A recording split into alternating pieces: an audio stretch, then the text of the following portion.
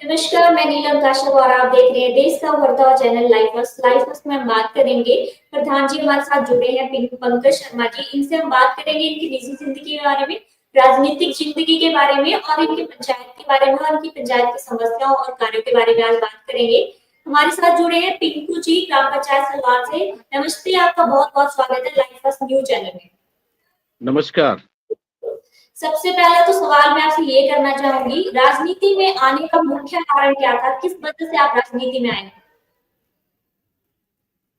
राजनीति में आने का मकसद अपने इलाके के, जैसे हम इलाके के प्रधान हैं, यहाँ पंचायत के प्रधान, इस इलाके का सर्वांगीण विकास करना और यहाँ की जो भी जन मूलभूत जो समस्या है उनका उन समस्याओं का हल करना। जी। तो इसी के लिए हम जो है लोगों की समस्याओं के लिए और लोगों के डेवलपमेंट जो वर्क है यहाँ पे, उनको कामों को करने के लिए हम जो है राजनीति में आए और लोगों के काम हमने यहाँ पर जो है वो प्रधान बन के अपनी पंचायत के बजट के जरिए जो किए। जी। लोगों के साथ, जो ग्रामीण लोग हैं आपके पंचायत के, उनके साथ आपका तालमेल इन 4 सालों में किस तरह का रहा? मेरा एक्चुअल मैं आपको बताना चाहूँगा, मेरा ये सेकंड टेन्योर है। मेरा जी। तकरीबन मेरी 9 जो हमारी जो 9 वर्ष इस बार जनवरी 23 को हमारे कंप्लीट हुए। मैं पिछली जी। बार 2015 में पंचायत प्रधान बना और 20 में कंटिन्यू हुआ। तो जी। लोगों से तालमेल अच्छा था, तभी लोगों ने जो है हमें दूसरी बार जो है इलेक्शन में इलेक्टेड करवाया। तो पहली बार जी। नाम को और दूसरी बार जो है वोट मिलते हैं वो काम को। तो यही जो इबारत जो यहाँ पे लिखी गई और लोगों के द्वारा हमें दूसरी बार 2020 में प्रधान बनने का जो है अवसर प्रदान किया लोगों ने। जी।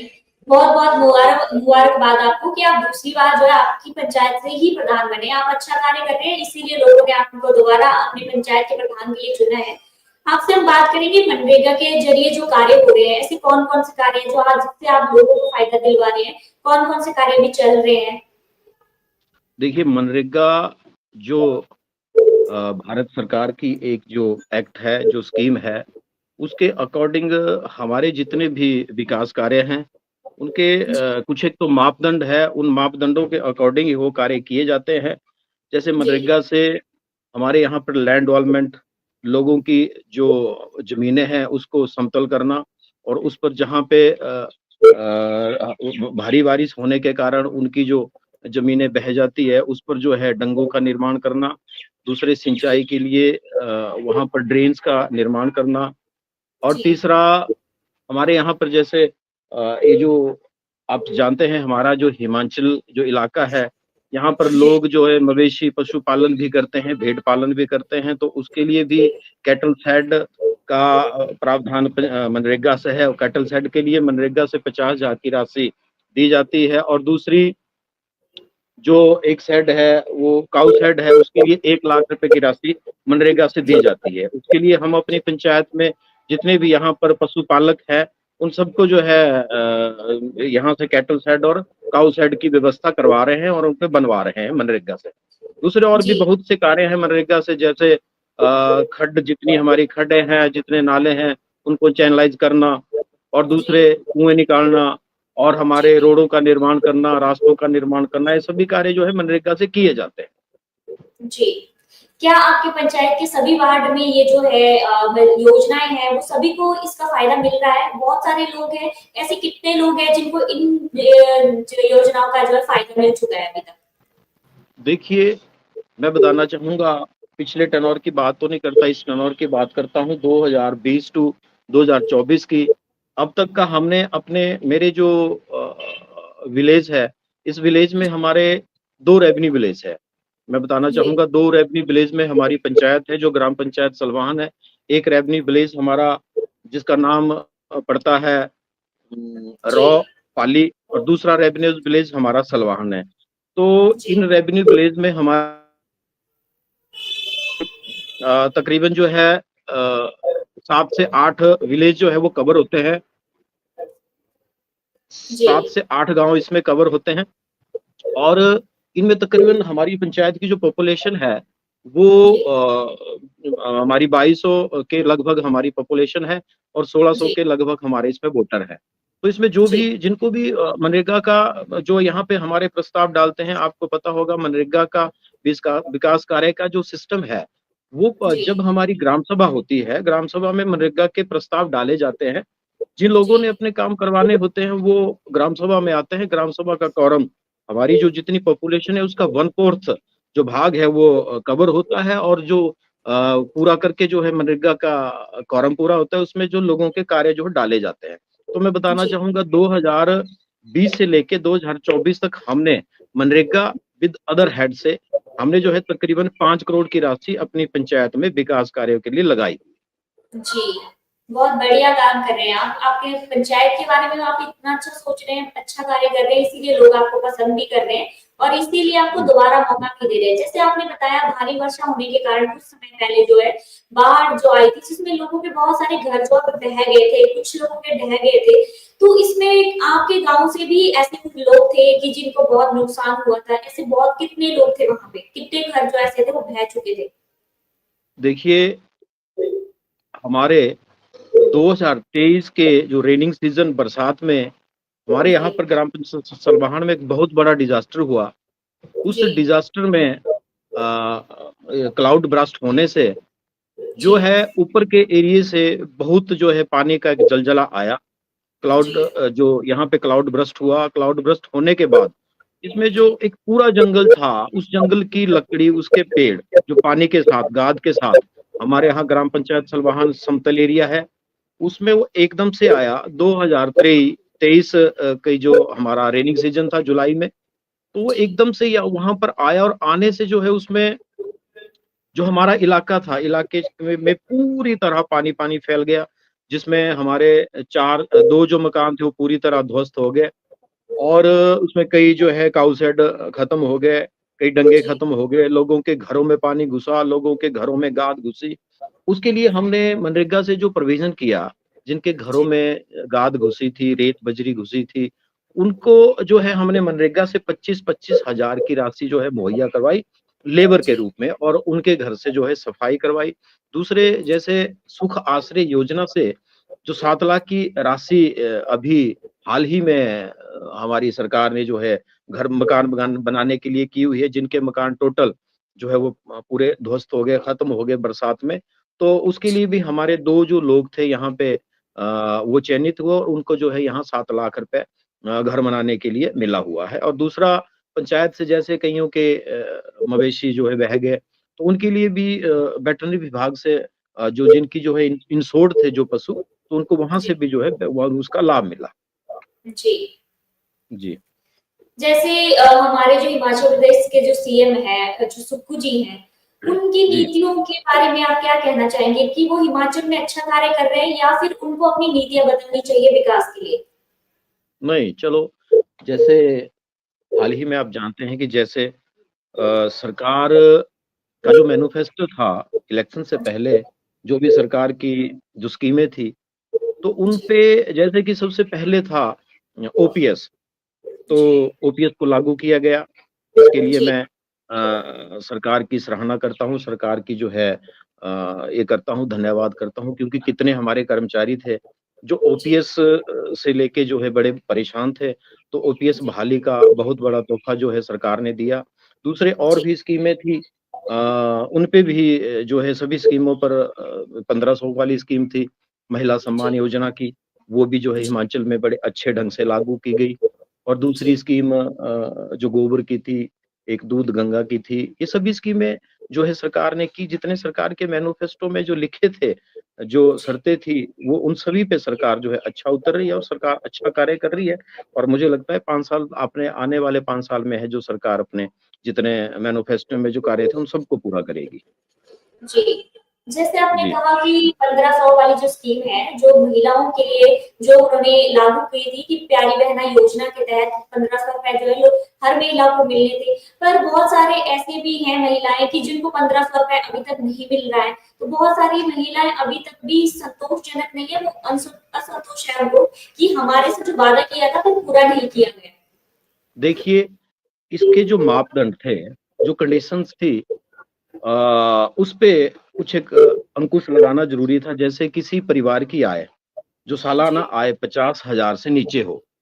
जी, और दूसरा कई जो टैक्स पेड हैं, उनको ये स्कीम नहीं मिलनी थी। अब तो ऐसा कर दिया है इस स्कीम का जो चयन है, इस स्कीम का जो जो मापदंड है, उसके अकॉर्डिंग पंचायत जो है अपना ग्राम सभा करेगी और ग्राम सभा में जितनी भी महिलाओं ने इसके लिए अप्लाई किया हुआ है, प्यारी बहना के लिए 1500 के लिए, तो उसका चयन जो है पंचायत से किया जाएगा कि ये महिला जो 1500 के लिए आवेदन दे रही है, ये इसके एलिजिबल है या अनएलिजिबल है, उसके घर की क्या इनकम है और इसके घर में कौन-सा आदमी जो है वो सरकारी नौकरी पे है और परिवार से कितने आदमी जो है पेंशनर है। तो जैसे ही इस स्कीम को लॉन्च किया गया, तो जैसे भी जितने भी विलेज और जितनी पंचायतों में जितनी महिलाएँ थी, ये सभी ने जो इस फॉर्म को भर दिया, इसके मापदंड नहीं देखे, इसकी कंडीशंस नहीं देखी।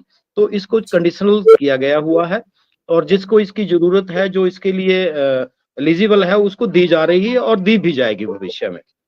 जी।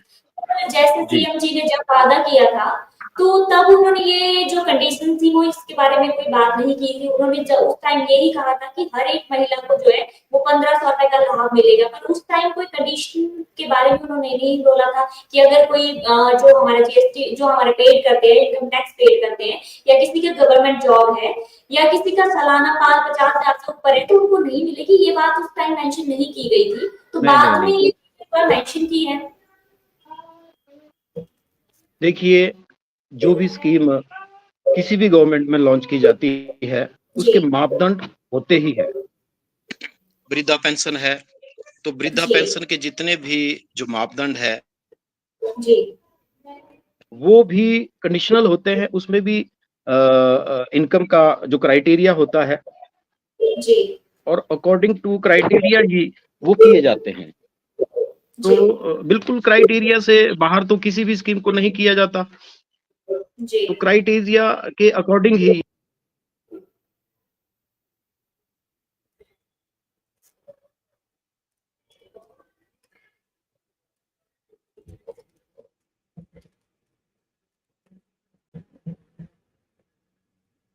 जी। सुन पा रहे हैं आप हमें?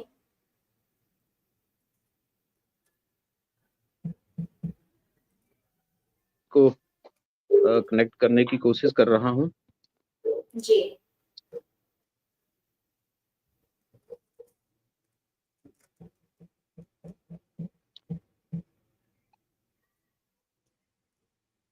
फ़ोन आने के सिग्नल कारण जो है ये जी, जी, सिग्नल के कारण और फ़ोन आने के कारण जो है मेरा यहाँ से डिस्कनेक्ट हो गई थी वीडियो कॉल से इसको कनेक्ट करने की कोशिश कर रहा हूँ। जी, जी, जी।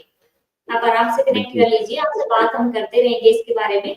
जैसे बीपीएल और जो आईआरडीपी हैं, जिनके जितने भी परिवार हैं, क्या इनमें कमी आ रही है या अभी भी उतने ही परिवार पंचायत में हैं, बीपीएल और आईआरडीपी में? देखिए बीपीएल के लिए जो अभी सरकार ने एक हाल ही में पीछे कैबिनेट में एक फैसला किया गया कि जो जी, बीपीएल के परिवार हैं, उनके लिए जी, एक कमेटी बनाई जाएगी। ये कमेटी ब्लॉक लेवल से बनेगी। इस कमेटी में जेईज़, बीडीओ ये जो है गाँव के जितने बीपीएल परिवार हैं, उनके आंकड़े लेंगे और उन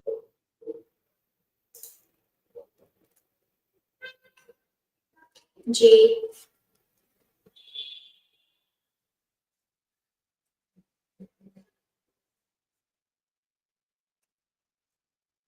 हमें सुन पा रहे हैं आप?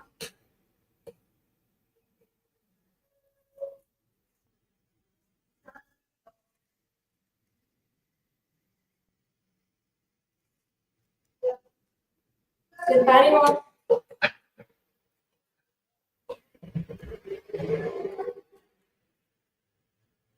कुछ तकनीकी इशू होने की वजह से जो हाँ। है समस्या आ रही जी, है। जी, आप जी। हमें हाँ, बिल्कुल जी, बिल्कुल सुन पा रहे हैं। जी, आप अपना कैमरा सेट कर लीजिए।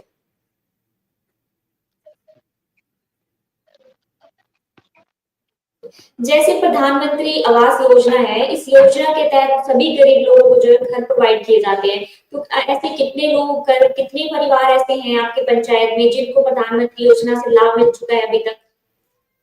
मेरी प्रधानमंत्री जो योजना है, एक्चुअल प्रधानमंत्री योजना का जो पूरा नाम है PMAGY। जी, प्रधानमंत्री जो है ग्राम एक योजना है मकान बनाने के लिए, आवास जी, योजना, जी, PMAGY, प्रधानमंत्री आवास योजना।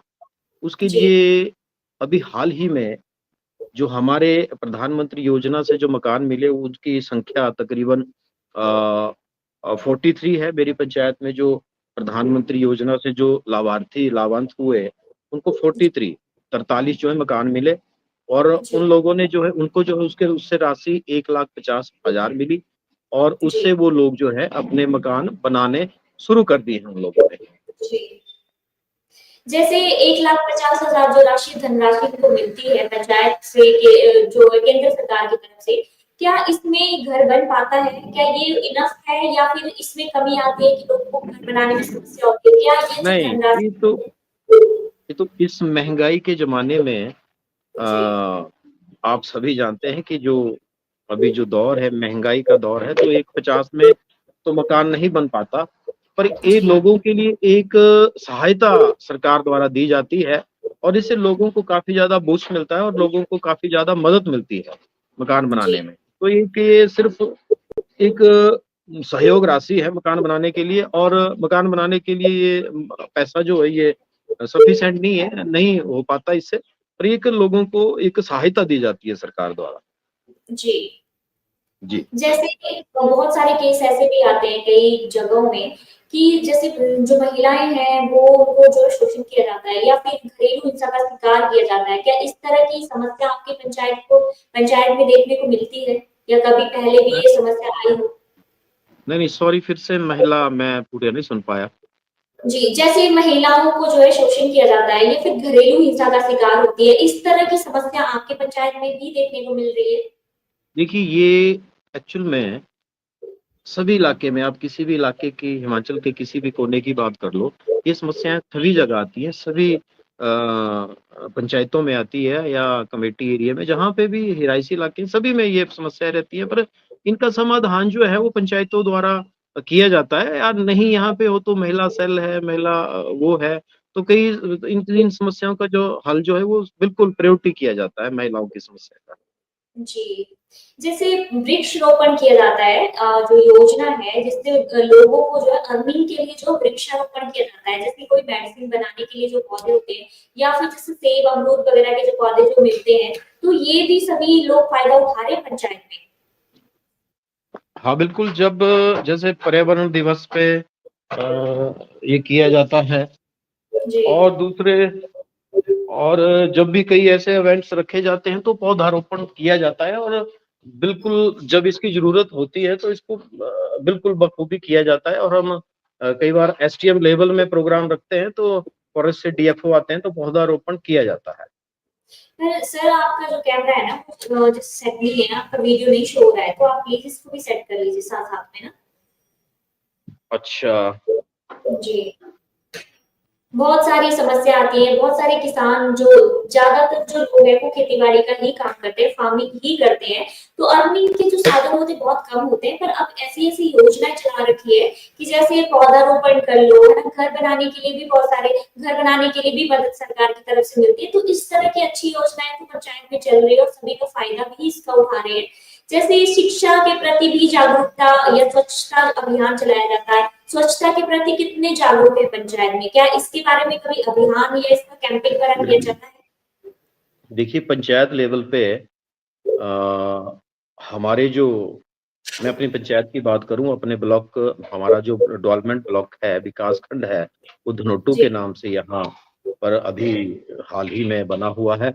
उसपे जी, हमारे ब्लॉक से हमने एक जो मुहिम चलाई हुई है जी, प्लास्टिक को इकट्ठा करना और उसके लिए हमने एक क्लस्टर बनाया हुआ है, एक हॉल बनाया हुआ उसमें पूरे धनोटू ब्लॉक की हमारी जो 34 पंचायतें हैं, उन पंचायतों से प्लास्टिक हम इकट्ठा करके एक जगह पे उसको रखते हैं और उसको बाद में जो है पीडब्ल्यूडी को बेचा जाता है और उससे जो है हमारा जो पर्यावरण है और दूसरा हमारे जो गाँव का जितना भी कचरा है जो प्लास्टिक के रूप में है उसको इकट्ठा करके हम जो है आगे पीडब्ल्यूडी को बेचते हैं और इसकी मुहिम जो बड़ी सिस्टम से डीसी मंडी ने चलाई हुई है।